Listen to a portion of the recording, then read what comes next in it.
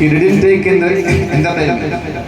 He did not serve his society, but he worked hard for this association, for these fellow local men and other railway employees.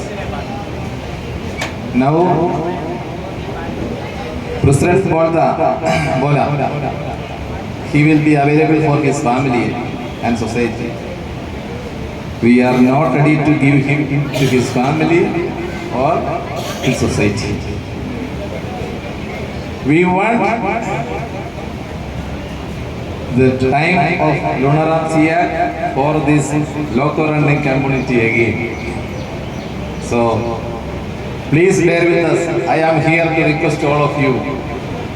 Don't expect he will be fully available for his society and for his family. He will continue to work in the association. Whatever time he will get released from the railway job, that also will be taken by us. Please forgive us. With this I conclude. I thank you everybody. धन्यवाद जमशेद।